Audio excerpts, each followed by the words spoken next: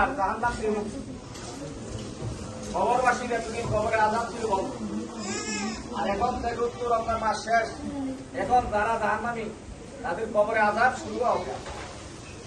আল্লাহ নবী কষ্ট করছে যে কিয়ামত কখন হবে। আমরা কেউ কেউ মনে মনে ভাবতে পারি কিয়ামত হলে না আযাব হবে। হ্যাঁ, আল্লাহ নবী বলছেন মান মাতা ফাকাদ কামাত কিয়ামত। মান মাতা যেদিন মরবে ফাকাদ কামাত কিয়ামত, ওই দিন থেকে তার কিয়ামত। যদি মৃত্যুবরণ করুন তার চেহারার দিকে তাকাইলাম, তাকানোর পর আমি মনে মনে ভাবলাম এই লোকটা কোনো মিথ্যাবাদী হইতে পারে না, তার চেহারার মধ্যে নূর সঙ্গে। রাসূলুল্লাহ সাল্লাল্লাহু আলাইহি ওয়াসাল্লাম বাক্য দিলেন ইয়া আইয়ুহান নাস, এ মানবগণ, এ মানবগণ ওয়াসু সালাম, তোমরা বেশি বেশি কি করো সালাম দাও। রাসূলুল্লাহ সাল্লাল্লাহু আলাইহি ওয়াসাল্লাম প্রথম বলেছিলেন বেশি বেশি করে সালাম দাও। আর ওয়াতইমুত তুআমা, বেশি বেশি করে মানুষকে খাও, খাবার দান করো, খাদ্য দান। ওয়াসিলুল আরহামা, আর সেলায়ে রহমি রক্ষা করো, আত্মীয় স্বজনের হক আদায়।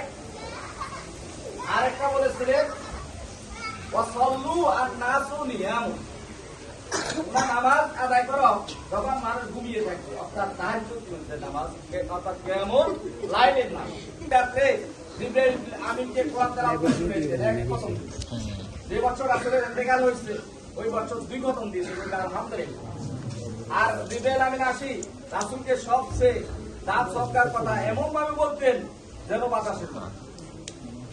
দান সৎকার বেশি বেশি করার জন্য এমন ভাবে উপদেশ দিতেন যেন তুফানের মতো দান সৎকার করার জন্য।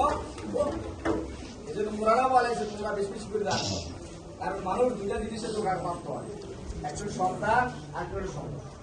সূরা আল ইমরানের মধ্যে আল্লাহ বলেছেন জুইনা লিন-নাস হুব্বু শাওয়াতি মিনান নিসা ওয়াল বানিনা ওয়াল কানাতিরিল মুকাদ্দারাতি ওয়াল যাহাব ওয়াল। মানুষের লোভনীয় হলো নারী, মানুষের লোভনীয় হলো সন্তান, মানুষের লোভনীয় হলো স্বর্ণ রূপ টাকা পয়সা। আর অন্য সূরায় বলা হয়েছে যে ইয়া আইয়ুহাল্লাযীনা আমানু লা তুলহিকুম আমওয়ালুকুম ওয়ালা আওলাদুকুম আন যিকরিল্লাহ। সূরা মুনাফিকুনের শেষ আয়াতে বলা হয়েছে ইয়া আইয়ুহাল্লাযীনা আমানু, হে ঈমানদার, লা তুলহিকুম